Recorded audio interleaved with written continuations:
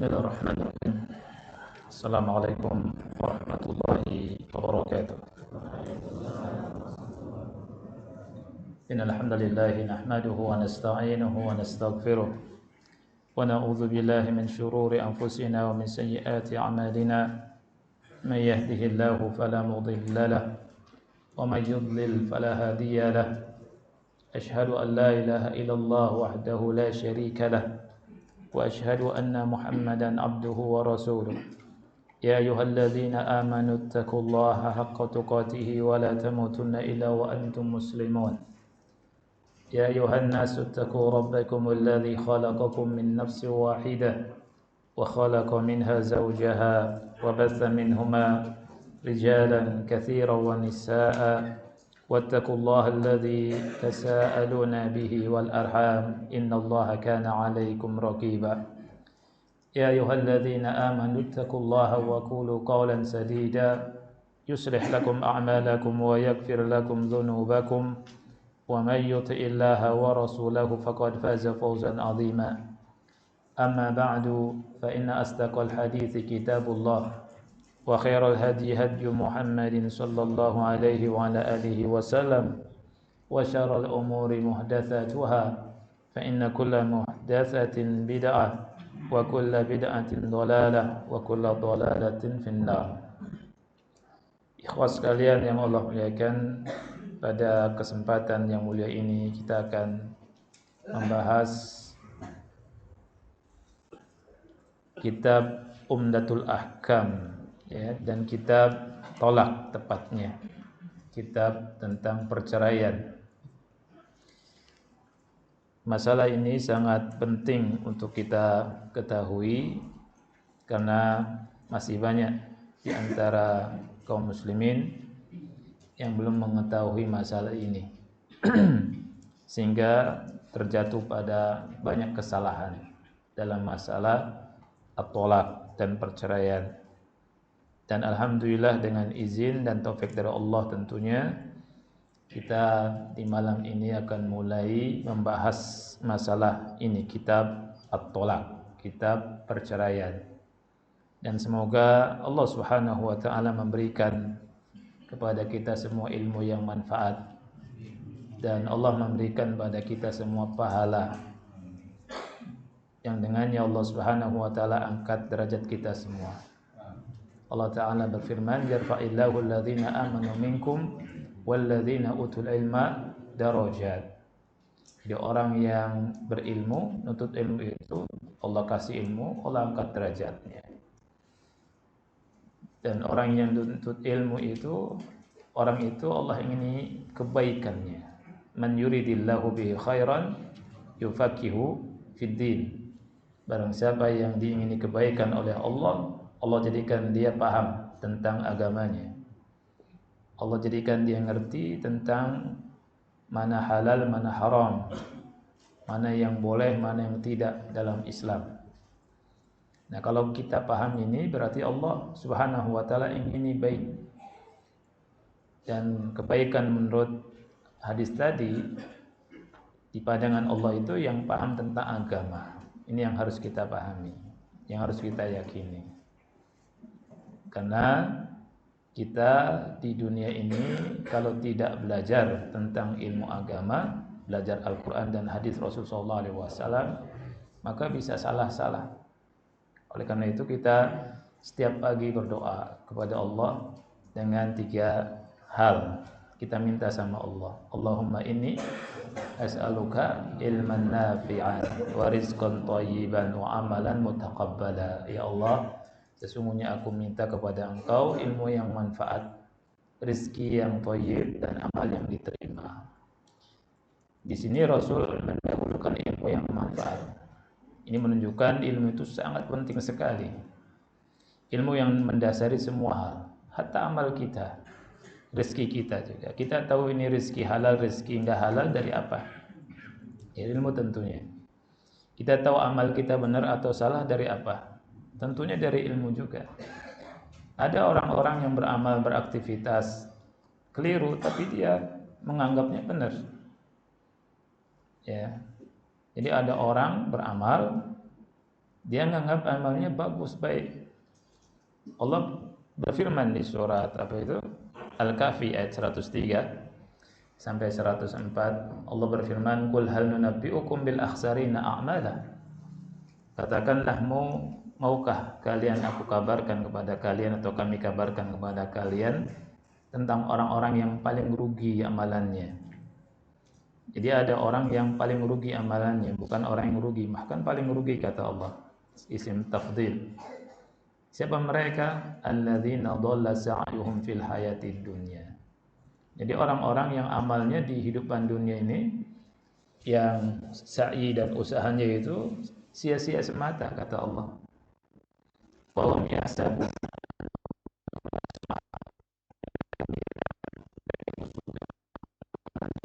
sebagus-bagus amalan. Ini kata Allah. Ya, jadi ada di antara manusia beramal, beraktivitas, nyangkanya baik, padahal buruk. Nauzubillah. Ya. Jangankan yang hias dengan syariat ya, maksiat saja, merusak saja, sebagian orang bilangnya bagus, baik. Itu karena hatinya tertutup. Gitu. Makanya kita minta sama Allah Subhanahu wa taala agar Allah Subhanahu wa taala memberikan ilmu yang manfaat kepada kita semua. Tiap hari kita minta ini. Allahumma inni as'aluka ilman nafi'an wa rizqan thayyiban wa amalan mutaqabbala. Nah, apa itu tolak, ikhwan? Kita akan bahas tentang tolak ya. Tolak, definisinya, kemudian dalil-dalilnya ya. Kemudian hikmahnya, kemudian hukumnya. Untuk pertemuan ini semoga kita selesai dalam masalah ini nih. Jadi 4 poin ini kita bahas. Pertama apa? Definisi ya. Kemudian yang kedua dalil ya, dasar. Yang ketiga adalah hikmah. Dan yang keempat hukum. Insyaallah kita bahas. Nah, secara atau menurut syariat yang namanya talak itu adalah firaquz zaujati bihalli qaidin nikah atau ba'dihi bilafdhin makhsus. Firaquz zaujah yakni berpisah dengan istri ya, berpisah dengan istri dengan memutus tali pernikahan atau sebagiannya dengan lafaz yang khusus, dengan lafaz tertentu. Ini makna dari tolak menurut syariat. Firaquz zaujah artinya berpisah dengan apa? Istri. Mengadakan perpisahan dengan istri dengan melepas ikatan pernikahan atau sebagiannya. Kalau yang dimaksud sebagiannya di sini bisa diartikan tolak itu ada yang disebut dengan talak ta'liq, tolak mu'allaq. Tolak mu'allaq ini begini.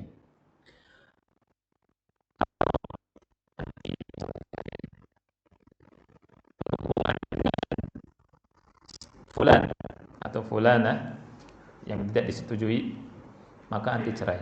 Begitu. Ini namanya talak mu'allaq, talak dengan ta'liq syarat. Ya. Kalau anti tidak nurut, saya kasih waktu 3 bulan lagi, misalkan.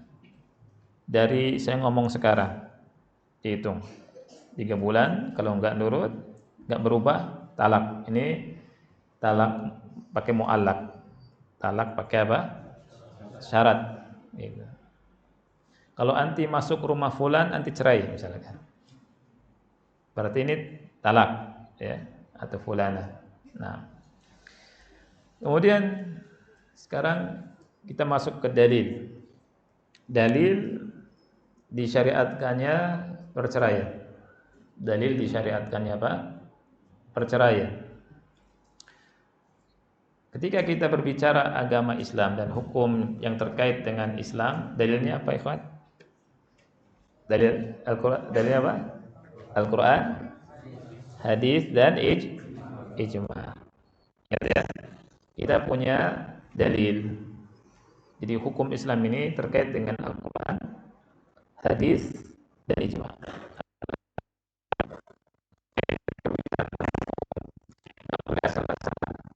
Dalilnya apa? Dalilnya perkataan si fulan, nggak bisa. Dalilnya apa? Dalilnya nurut kiai, nggak bisa juga. Ya. Dalilnya apa? Dalilnya mimpi Habib, nggak bisa. Ya, mimpi Habib nggak bisa dijadikan apa? Dalil. Dalil itu harus apa? Quran, Sunnah, atau ijma. Ya. Jadi setiap hukum Islam terkait dengan ini. Baik. Talak itu banyak sekali dalam Al-Quran. Dalil tentang adanya talak dan dibolehkannya talak, disyariatkan. Jadi faqad syara Allahu talak wa bayana ahkamahu fi ayatin katsirah. Ini kata ulama ya. Jadi Allah mensyariatkan talak, perceraian dalam ayat-ayat yang banyak. Jadi Allah telah mensyariatkan talak dan hukum-hukumnya dalam banyak ayat.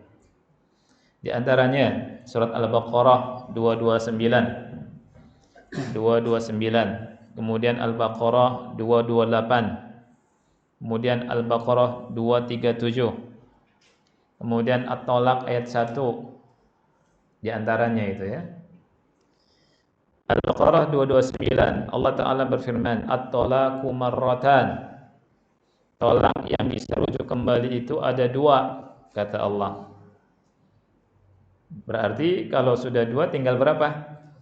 Satu. Kalau sudah ketiga nggak boleh balik lagi. Kalau mau balik lagi entah kapan. Karena apa? Istrinya harus nikah dulu sama yang lain. Juga bukan karang-karangan nikahnya. Nikah benar-benar sudah kita bahas. Kemudian dicerai sama suami itu. Ya, baru nikah lagi.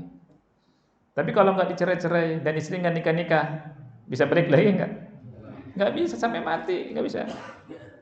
Jadi ya. Jadi tolak itu kata Allah at-talaqu marratan. Tolak yang bisa kembali itu 2 kali. Kalau 3 kali di ayat selanjutnya, fa in talaqaha kata Allah di ayat selanjutnya.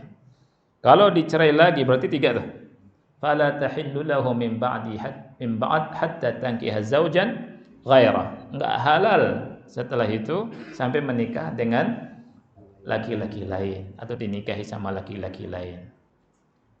Baik, ini dalilnya ya. Jadi Allah bilang at-talaqu marratan. Tolak itu batasnya, batas tolak. Maksudnya batas tolak yang bisa balik, yang bisa rujuk 2 kali. Tolak pertama rujuk, ya kan? Kemudian terjadi masalah lagi, talak lagi, rujuk lagi. Nah sudah, kalau talak lagi itu sudah batasnya. Kalau talak lagi nggak bisa balik lagi. Kalau ketiga, makanya Allah bilang fa imsakum bima'ruf aw tasrihum bi ihsan. Bisa balik lagi, ya, ditahan dengan ma'ruf atau diceraikan dengan dipisah dengan juga cara yang baik. Kemudian di Al-Baqarah 228 Allah berfirman wal mutallaqatu yatarabbasna bi anfusihinna thalathata quru. Wanita yang ditalak punya masa iddah. Masa iddahnya itu 3 quru. 3 quru itu artinya apa? 3 kali haid. 3 kali haid. Betul ada ikhtilaf, ada yang mengatakan 3 kali suci, ada yang mengatakan 3 kali haid. Nanti kita bahas insyaallah. Ya, tolak tentang masalah iddah. Ya, ini iddah ini macam-macam. Ada yang iddah itu ada yang 3 bulan. Iddah juga ada yang 3 kali haid. Beda enggak 3 bulan dengan 3 kali haid? Beda, ya. Kalau 3 bulan itu untuk wanita yang menopause atau menikah dengan wanita yang belum haid kemudian dicerai. Ini tolaknya berapa kali? Iddahnya 3 bulan. Kalau wanita yang masih subur, umur 30-an, umur 40, ya, belum menopause, dicerai. Tolaknya kemudian iddahnya berapa kali? 3 kali haid.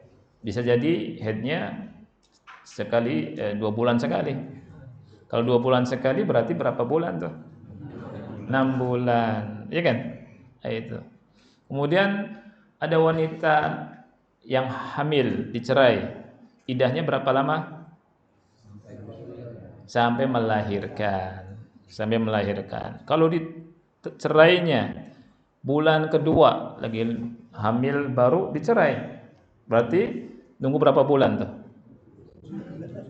7 bulan, Pak ya. Iya. Kalau dicerainya sepekan lagi lahir. Sepekan lagi lahir, iya, Pak. Ya. Nah, berarti masa iddahnya berapa? Cuma sepekan. Ya, sepekan lagi lahir. Ya tidak? Nah, itu. Ini syariat, harus tahu kita. Nah, wanita yang meninggal suaminya, berapa iddahnya? 4 bulan 10 hari.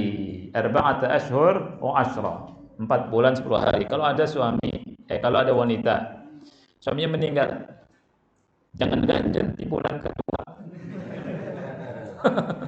Ada ganjen wanita udah paesan atau paes berkhias mau kawin lagi, ya akhi. Beda ya, wanita yang ditinggal mati suami itu ada hukum ihdad. Berkabung itu hak suami. Ya. Nah, baru setelah 4 bulan 10 hari baru lepas dari masa iddah, baru kalau mau kawin lagi boleh. Nah, itu.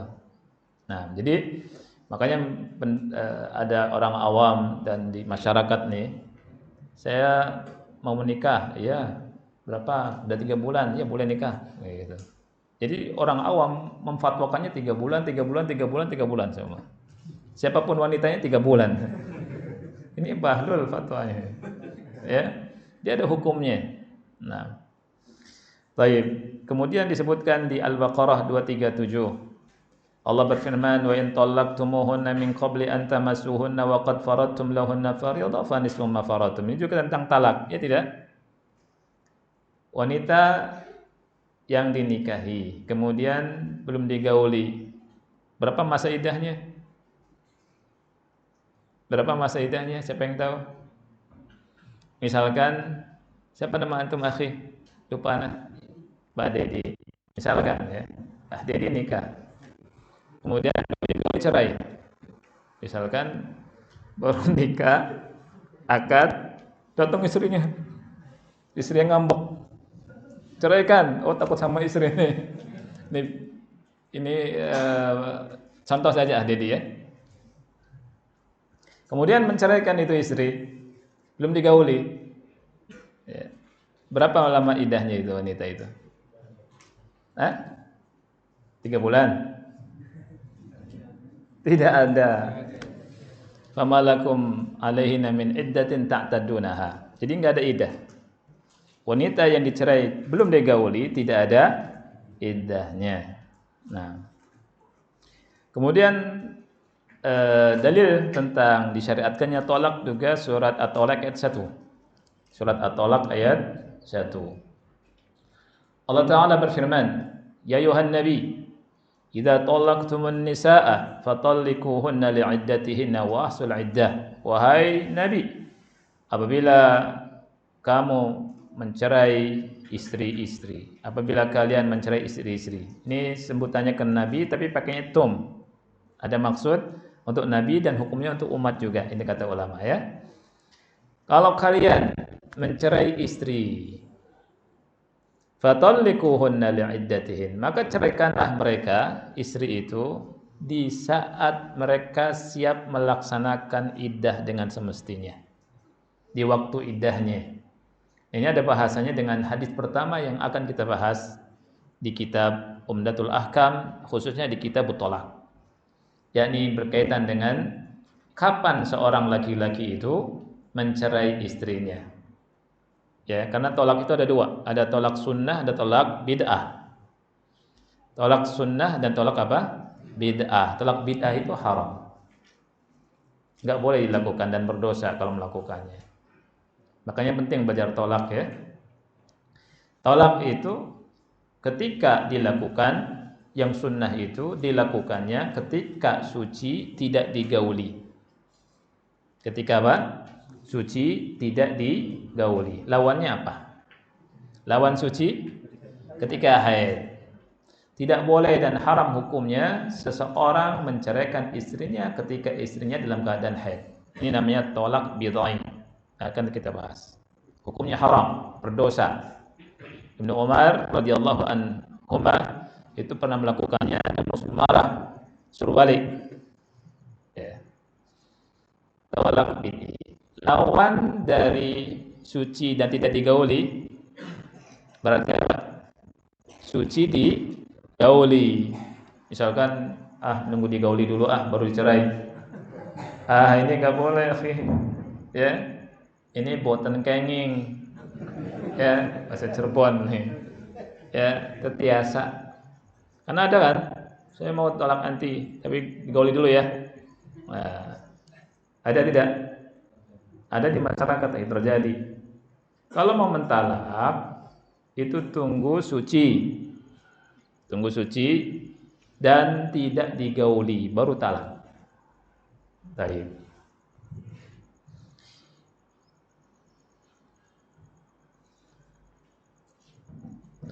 Wa hadza kulluhu min rahmatillahi ta'ala bi'ibadihi wa tafaddulihi 'alaihim wa ihsanihi bihim. Ini semuanya dari rahmat Allah Ta'ala kepada hamba-hambanya dan karunia Allah kepada mereka dan ihsannya Allah kepada mereka. Lianna at-talaqa 'indal haja ilaihi min ni'amillahi ta'ala kama sayati. Karena talak ketika dibutuhkan, ketika ada hajat, ini merupakan nikmat Allah. Lihat jalan keluarnya talak. Untuk bisa bayangkan ikhwan. Di masa jahiliyah wanita itu tersiksa. Bisa tersiksa gimana? Begini, di masa itu ketika laki-laki ingin menyakiti perempuan itu dengan cara ditalak. Ditalak, ketika mendekati habis masa iddahnya dirujuk.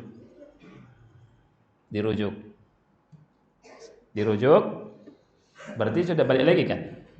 Jadi istrinya lagi. Kemudian ditalak lagi. Kemudian sampai mau masa iddah selesai, dirujuk lagi. Ditalak lagi. Kemudian sampai masa iddah mau selesai, dirujuk lagi. Ditalak lagi. Dan talak dan rujuknya tidak ada batasan. Antum bisa bayangkan keadaan wanita di saat itu. Sangat menyedihkan. Tidak ada hukum yang membela mereka. Ya. Makanya Islam itu hukum yang Masya Allah membela wanita. Talak batasnya cuma 2 kata Allah. Dan macam-macam gitu. Begitulah. Di masa jahiliyah antum bisa bayangkan tuh. Wanita itu terhina, tersiksa, tertekan karena masalah talak saja. Tidak ada batasan. Ya. Dia bukan juga sebagai istri, mau diceraikan juga tidak. Jadi istri juga tidak digauli dengan baik. Ya, bisa dibayangkan. Sempitnya kehidupan wanita.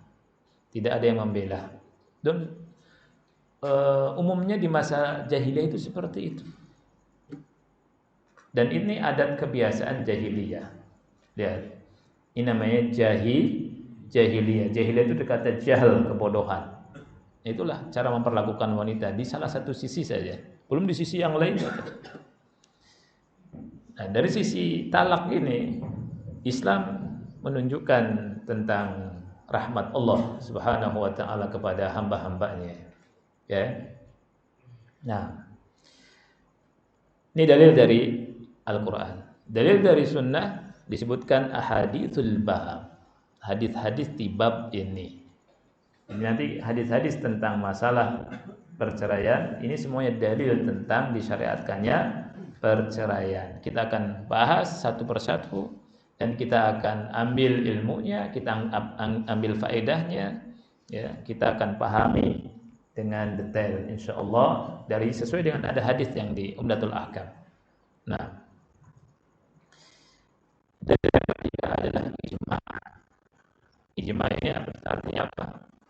Kesepakatan kaum muslimin, ya. Faqad ajma'al muslimuna ala jawazit talaq. kaum muslimin telah sepakat tentang bolehnya talak. Kaum muslimin telah sepakat tentang kebolehan talak. Nah, ini ijma ya. Jadi dalilnya Quran, sunnah dan ijma'. Nah, jadi kalau bicara tentang agama itu dengan dalil Quran, mana Qurannya, dalil sunnah, mana hadis-hadisnya. Ya, kita belajar, makanya kita belajar hadis-hadis ini supaya tahu, tidak asal-asalan bicara tentang agama. Ya. Kemudian ijma' ulama, ijma' kaum muslimin. Baik. Poin yang ketiga, apa hikmah dari disyariatkannya talak? Apa hikmah dari disyariatkannya talak? Hikmah terbesar di sini disebutkan adalah izalatud darari wal mafsadati idza ta'azzara al-islahu baina az-zawjaini wa fasadatil hayatuz zawjiyah. Ini hikmahnya. Hikmahnya adalah menghilangkan kemudaratan, menghilangkan mafsadah, kerusakan apabila sudah tidak bisa lagi islah antara pasangan dari suami istri, dan apabila telah rusak kehidupan suami istrinya itu, kehidupan rumah tangganya itu. Jadi hikmahnya itu menghilangkan apa? Kemudaratan, menghilangkan mafsadah, kerusakan apabila sudah tidak bisa apa? Islah antara pasangan suami istri, dan apabila memang rumah tangganya sudah rusak, tidak bisa dipaksakan. Ya, ini penting sekali. Li'annal baqa'a 'ala hadzal wajhi idrarun bizawji biilzamihi bil infaq was sakani wa habsin lizawjah wa habsun lizawjah ma'asu'il isyrati wal husumati daimah. Nah, lihat ikhwan. Karena kalau tetap dipaksakan terus melanjutkan pernikahan itu, ada kemudaratan yang terjadi. Kemudaratannya dari dua belah pihak. Kemudaratannya ini bukan hanya suami saja, bukan hanya istri saja. Kemudaratan atau mudarat ya, kesusahan, kemudaratan, mafsadah yang akan dialami oleh suami atau yang dialami oleh suami adalah wajib terus memberikan nafkah dan tempat tinggal, ya kan? Selama itu istrinya, wajib bagi si suami ngasih apa? Nafkah dan tempat tinggal. Tempat tinggalnya kalau enggak rumah sendiri, ngontrak. Ngontrak juga bayar biaya kan. Itu. Nafkah setiap bulannya harus keluar. Setiap bulan atau harian boleh, atau mingguan boleh. Ya, sesuai dengan kesepakatan. Kalau misalkan 2 pekanan boleh. Tapi biasanya bulanan kalau zaman sekarang ya. Gajian di awal atau pekanan atau, jadi kan ada kasih nafkah terus kan, dan nafkah itu tergantung kemampuan suami. Suami itu wajib kasih nafkah walaupun istrinya kaya, ya. Jangan sampai kita sebagai laki-laki sudah ngaji nih Pak ya, anak menghayal misalnya mau dapat istri yang kaya supaya enggak nafkahin. Dosa ente. Ya, enggak ada. Kita udah ngaji nih, akhi. Orang ngaji itu harus diamalkan ilmunya. Walaupun walaupun istri kaya, wajib bagi seorang laki-laki kasih nafkah, izzah, punya izzah. Nah, kalau ngasih nafkah berarti suami harus apa? Kerja. Ya. Kerjanya gimana? Semampunya. Keluar dari rumah apa saja bismillah sudah. Ya. Nggak boleh kita berpangku tangan diam. Dan kerja itu bagian daripada jihad fisabilillah. Sakit-sakitan gimana? Nggak apa-apa, akhi. Berpahala tidak? Berpahala. Ya. Kerja ya. Dan as-sa'yi, berusaha untuk menafkahi keluarga, istri. Nah, kalau misalkan suami sudah tidak ada punya rasa nggak harmonis, sudah tidak ada kebaikan berumah tangga sama istri, sempit enggak, akhi? Sempit kan? Tiap bulan atau tiap pekan harus keluarkan nafkah nih. Mudarat nggak buat suami? Mudarat. Ya. Maka ada syariat cerai. Ini dari satu sisi. Berikutnya juga bisa mudarat bagi istri. Ya. Habsun lizaujati ma'a su'il 'ishrati wal khusumati daimah. Ini kan sama seperti menahan istri, memenjara istri dengan perlakuan yang kurang baik dari suaminya dan khusumah, perseteruan yang terus berlangsung antara si istri dengan suaminya. Hidup dalam tekanan dan hidup dalam perseteruan ini enggak sehat. Dan kasihan wanita. Maka di sini Allah syariatkan dengan syariat perceraian. Ya. Fa'ajazahul Islam ba'da an nadama ila sabri. Nah, ini tapi penting nih, perhatikan nih, kalimat ini penting sekali.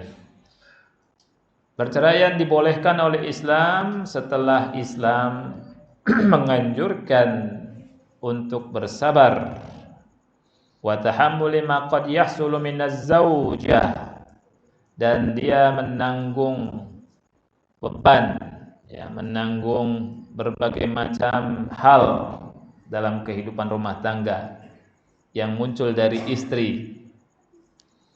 Wala yulja ilaihi, dan tidak langsung kembali ke perceraian illa ba'da istinfad jami'i wasailil ilad, kecuali setelah habis sarana-sarana untuk perbaikan gitu. Jadi setelah diusahakan Islam, setelah dipikirkan matang-matang, setelah dibolak-balik, dilihat maslahat mudaratnya, kalau cerai maslahatnya apa saja, kalau mudaratnya apa saja, kalau misalkan terus maslahatnya apa saja, mudaratnya apa saja, ditimbang.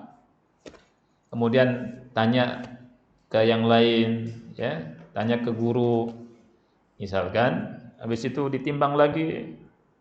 Habis itu sabar dulu, ditimbang lagi, oh benar, harus cerai ini. Cerai sudah. Ya. Jadi cerai itu di ujung, akhi. Cerai itu di ujung setelah wasail, setelah habis wasail ilaj itu. Ya, enggak bisa balik lagi, ya sudah. Nah. Baik, sekarang kita masuk ke hukum cerai. Hukum cerai. Ini kita belum masuk ke hadis, karena kalau sudah masuk ke hadis, insyaallah lebih mudah setelah kita tahu ini, ya. Hukum cerai, ana ngambil dari perkataan Syekh Muhammad bin Shalih Al-Utsaimin rahimahullahu taala ketika membahas hadis ini. Tapi ana dahulukan tentang hukum cerai.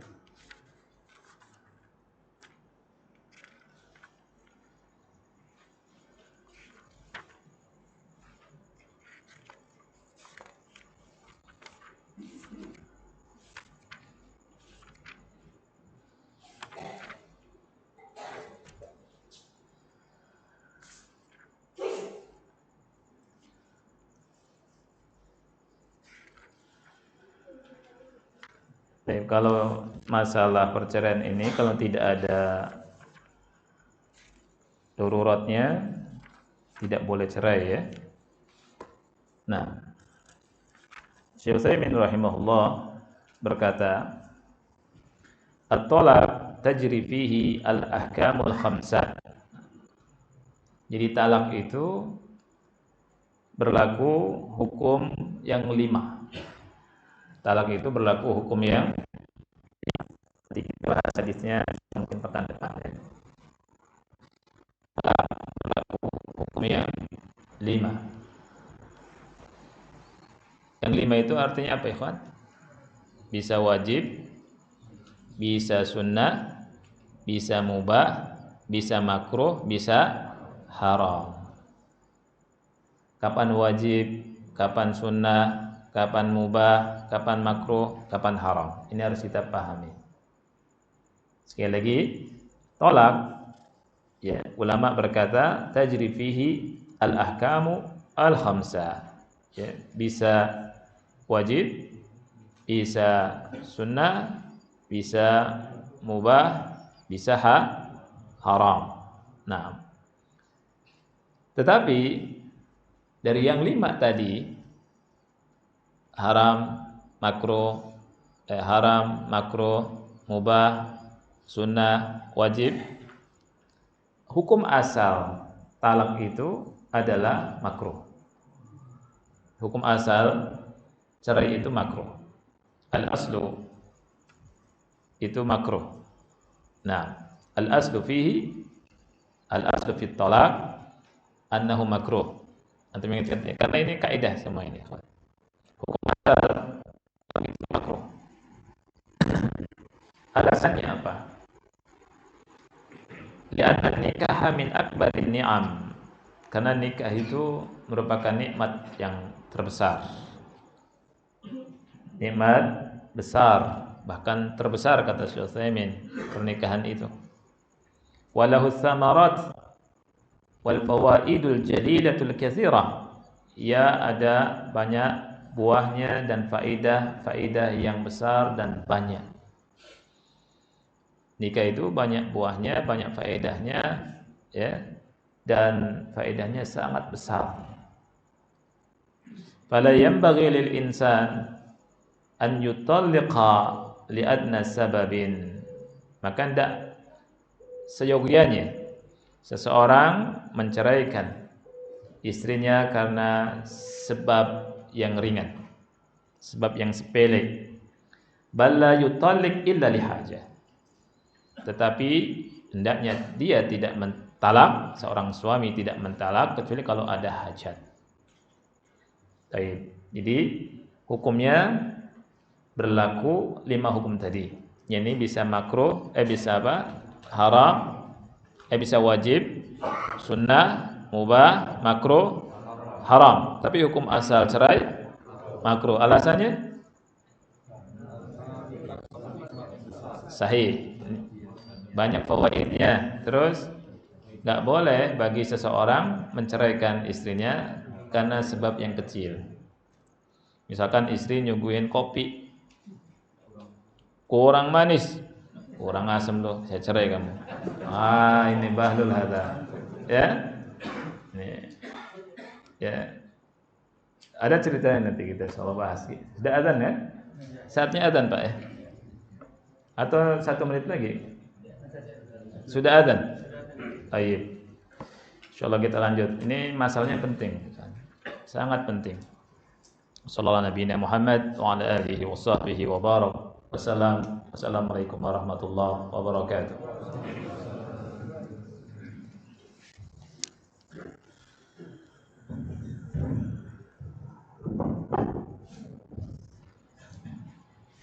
Allahu akbar,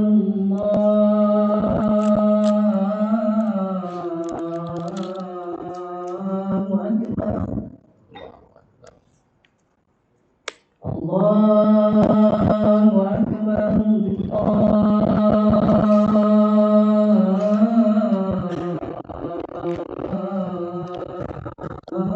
Allahu akbar. Asyhadu an la ilaha illallah.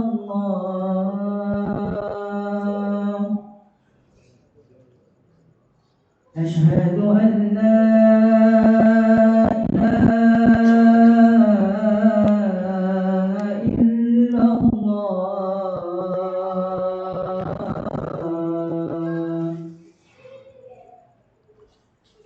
أشهد أن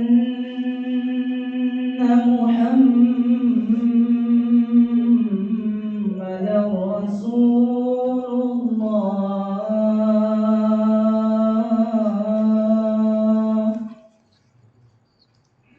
أشهد أن محمدا رسول الله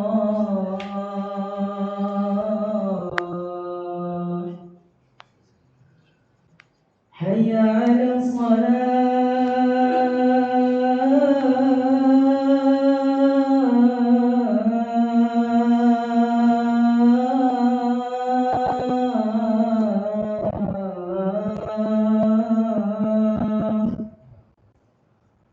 حي على الصلاة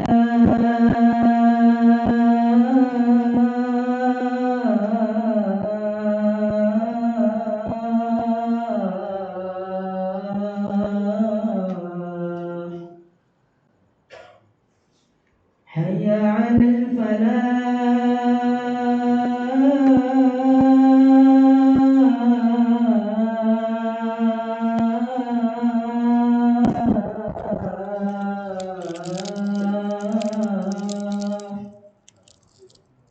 حي على الفلاح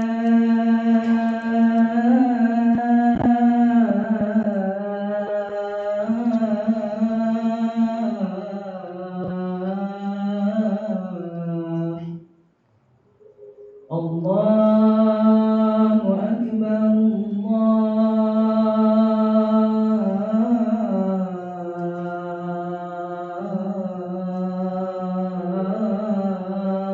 أكبر Allahu Akbar. لا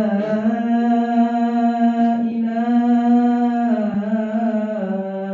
إلا الله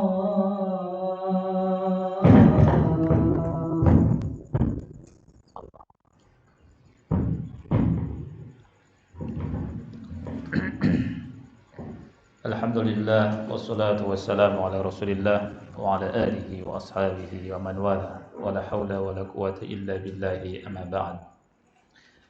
Ikhwas sekalian yang Allah muliakan, kita lanjutkan ya. Terus kita usahakan bersabar dalam menuntut ilmu. Ana kalau lihat buku ini udah jilid ketiga ini. Berarti tidak terasa kita sudah masuk ke jilid yang ketiga ya. Dari awal kita bahas kitab Umdatul Ahkam, Masya Allah. Dan kita sekarang bahas tentang tolak ya. Masya Allah, kalau masalah nikah tolak selesai, antum bisa jadi kerja di KUA ya. Ya, Masya Allah. Paham tentang hukum-hukum pernikahan, paham tentang hukum-hukum apa? Talak ya. Nah, kita lanjutkan ya. Jadi hukum asal talak itu apa? Makruh. Hukum asal talak makruh. Karena talak ini karena nikah itu merupakan nikmat sebesar-besar nikmat yang Allah berikan, karuniakan kepada seseorang, dan fawaidnya sangat banyak sekali. Makanya kalau talak ini dibenci sama Allah Subhanahu wa taala, makruh di secara bahasa benci ya. Tapi kalau ada hajat itu boleh, kalau ada hajat boleh. Syekh Muhammad bin Shalih Al-Utsaimin rahimahullah mengatakan di sini katsir minal hamqal masakin, ya, banyak orang yang bodoh, orang hamqa ini orang pandir, orang masakin ya, itu mudah menceraikan istrinya dengan sebab yang kecil. Seperti tadi contohnya. Ya, tadi saya contohkan dengan suruh bikinin kopi ya. Ada wanita bikinin teh kurang manis kata Syekh Utsaimin, diceraikan. Ya. Ada seorang suami minta dilayani oleh istrinya untuk menggaulinya, hubungan suami istri, kemudian mungkin istrinya karena sibuk, karena capek, kan ada kondisi-kondisi di mana istri itu tidak siap untuk meladeni suami masalah itu. Betul, malaikat nanti marah ke siapa? Ke istri, ya. Tapi kalau ada sebab capek, kan ini kan uzur, ya kan? ada sebab enggak mood misalkan. Nah, itu si suami langsung kalau gitu dicerai. Boleh tidak? Enggak boleh. Ya. Allah Subhanahu wa taala berfirman di surat An-Nisa ayat 19, "Fa in karihtumuhunna fa'asa an takrahu syai'a wa yaj'alallahu fihi khairan katsira." Apabila kamu membenci mereka, membenci istri maksudnya ya, dalam satu sifat yang ada pada istri, fa'asa an takrahu syai'a, bisa jadi engkau membenci sesuatu yang ada pada istri, wa yaj'alallahu fihi khairan katsira, dan Allah menjadikan di dalamnya kebaikan yang banyak. Udah sabar aja. Menghadapi istri itu harus apa? Sabar. Allah bilang ada kebaikan yang banyak, Suf. Jadi istri itu kalau antum kita semua dapati dari istri ada sesuatu yang kita tidak suka, salah satu dari watak atau sifat istri atau dari muamalah istri, sabari itu. Di situ ada kebaikan banyak. Kata Allah Subhanahu wa taala. Yang bilang siapa? Allah Subhanahu wa taala. Subhanallah. Dan banyak hikmahnya. Ya. Ada seorang laki-laki bergaul sama istri-istrinya suka marah ya. Tapi laki-laki ini sabar menghadapi istrinya, Masya Allah. Allah kasih anak yang sayang sekali sama abinya. Subhanallah. Seperti itu. Oh, macam-macam kehidupan dunia ini. Ya, ketika kita nurut sama Allah, dah, insya Allah banyak kebaikan. Ya, Allah bilang, wa yaj'alallahu fihi khairan katsira. Nah, jadi istri itu punya sifat banyak baiknya, satu kurang baik, sama seperti kita, banyak buruknya. Oh, dibotek ini, ya nggak apa-apa. Kan kita nggak boleh ngaku kita baik, ya tidak? Iya, lebih baik begitu daripada kurang asem. Aku baik tapi jelek, gitu ya. Nah, setiap kita, akhi, laki-laki, suami, istri itu ada baiknya, ada buruknya. Manusia, betul. Ketika kita mendapati dari sifat yang kurang pas dari istri, sabar. Ya, wahai istriku, haus nih, mau minum, ya, haus nih, mau minum, diam aja main HP. Gimana? Sabari, ya udahlah. Ya. Antum kasih gini, fulus, wah, langsung bersinar wajahnya. Ya, langsung dibikinin, akhi. Betul ya? Ya, baik. Tapi insya Allah istri antum soleha, insya Allah enggak seperti itu. Insya Allah, ya, ya. Jadi yang ngaji sama ngaji sunnah itu, masya Allah, istrinya semuanya soleha. Ya. Nah, baik, kita lanjutkan ya. Jadi hukum asal talak itu makruh ya. Wa qad yakunu wajiban, bisa jadi wajib. Kaman halafa alla ya'tiya ahlahu akthar min arba'ati ashhur. Nah, contoh yang wajib. Kok cerai wajib gitu ya? Gimana tuh? Ya, contohnya seperti orang yang bersumpah, saya tidak akan menggauli istri saya ya lebih dari 4 bulan. Begitu. Jadi ada laki-laki suami, saya tidak akan menggauli kamu selama 4 bulan lebih. Istri juga kan butuh, ya tidak? Nah, Allah Subhanahu wa taala, ikhwah, punya syariat. Apa syariatnya? Namanya ilah. Ada ilah. Di surat Al-Baqarah 226 227. Apa itu? Ilah itu adalah seorang laki-laki bersumpah tidak menggauli istrinya selama 4 bulan lebih. Itu ilah. Ya. Hukumnya gimana? Hukumnya Allah berfirman lilladzina yu'luna min nisaihim tarabbusu arba'ati ashhur.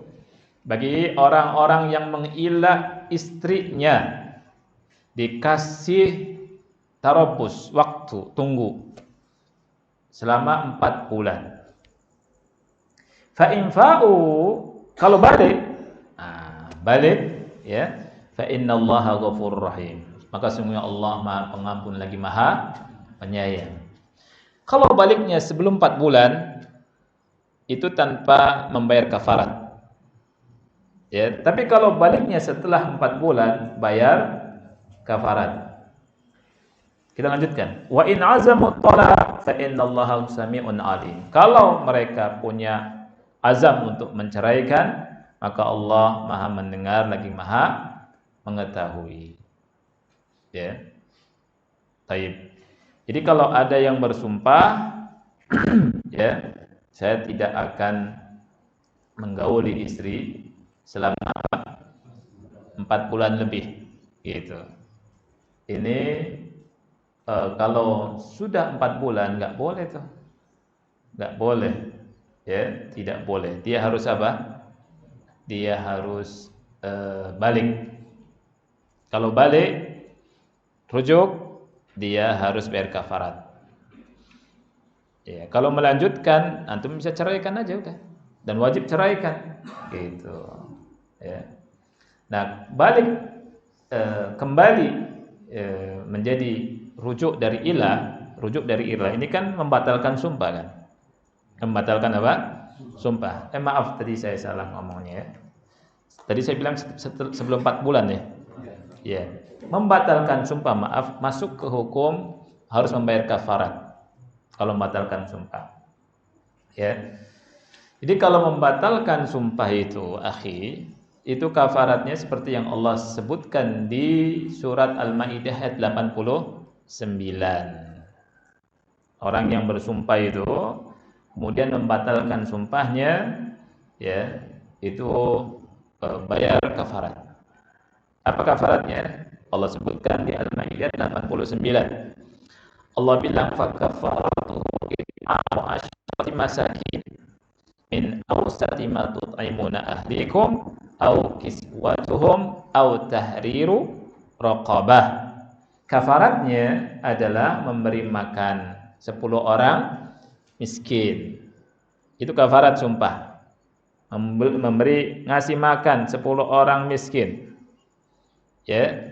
Makanannya itu seperti makanan yang kalian makan, yang biasa kalian makan. Kalian memberi makan keluarga itu gimana tuh? Makan antum pakai nasinya nasi apa? Nasi kebuli? Enggak lah. Nasi biasa kan? Yang normal-normal ya. Sedang-sedang saja ya. Bukan nasi perak kan? Nasi normal kan? Nasi normal. Ketika kita makan nasi itu, kita juga kasih orang miskin 10 nasi yang biasa kita kasih makan. Lauknya juga yang biasa gitu. 10 orang.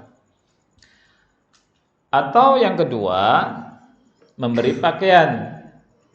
Ya, antum bisa pilih memberi pakaian berapa? 10 kepada 10 orang pakaian. Atau yang ketiga, au tahrirul raqabah, atau memerdekakan budak. Yang jelas ini enggak ada sekarang. Tahrirul raqabah. Antum boleh pilih.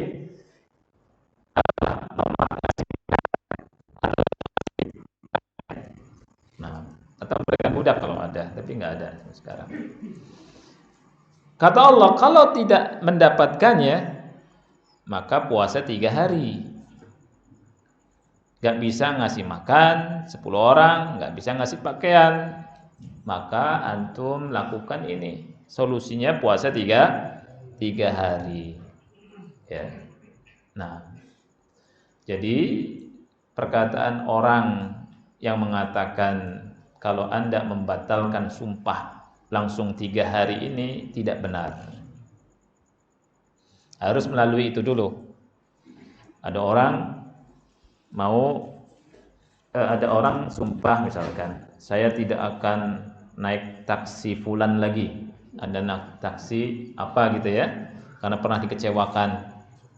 Ya. Tuh, saya kecewa sama taksi itu. Demi Allah, selamanya abadan saya tidak akan pakai taksi itu lagi. Suatu hari terlambat mau ke bandara, nggak ada kecuali taksi itu. Masuk, set, batal tidak semuanya? Batal. Kaki setengah udah masuk nih. Kita udah masuk, ya. Tapi kalau sudah masuk, bayar kafarat. Nah, bayar kafaratnya apa? Yang ketiga itu, beli dulu tuh, ngasih makan 10 orang miskin, atau antum pilih ngasih pakaian, atau merdekakan budak. Kalau nggak sanggup, baru puasa 3 hari. Jangan saya membatalkan sumpah Mas? Puasa 3 hari. Puasa 3 hari, puasa 3 hari. Ya, yang di masyarakat ini yang enak-enak doang nih. Maksudnya yang sedikit mengetahui ilmu, ya, kemudian berfatwa sama seperti tadi, cerai 3 bulan idahnya, 3 bulan, semua 3 bulan. Padahal orang meninggal suaminya bukan 3 bulan, 4 bulan 10 hari. Ada janda kembang, ya, terus misalkan ditinggal suaminya mati, udah 3 bulan, nggak apa-apa nikah lagi. Ini menyimpang akhi, sesat, nggak boleh. Kemarin kejadian akhi, ada datang ke anak kemarin. Ini contoh orang nggak punya ilmu ya di masyarakat. Contoh nggak punya ilmu di masyarakat. Kemarin konsultasi orang, anak habis ngisi kajian di Roja, datang. Saat mau tanya, udah lama ya, dinikahkan, yang nikahkan siapa? Paman. Saya tanya, paman dari siapa? Paman dari ibu. Nah, boleh tidak sih? Kan kita sudah bahas tuh. Dan saya yakin banyak terjadi dan ada lah yang melakukan. Buktinya kemarin. Gitu. Terus gimana sih? Ulang lagi. Ulang. Kan nggak tahu ya. Kalau nggak tahu dihukumi syubhat. Zina nggak. Karena nikah syubhat. Kalau gitu ulang lagi. Harus manggil KUA dong? Nggak harus.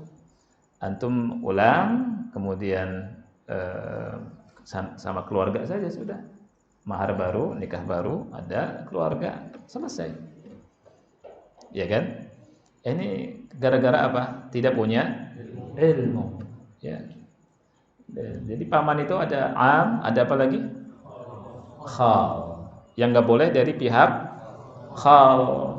Ini bahasa Arab itu ada am, ada khal. Kalau bahasa Indonesia paman atau uwa. Kalau bahasa Inggris uncele.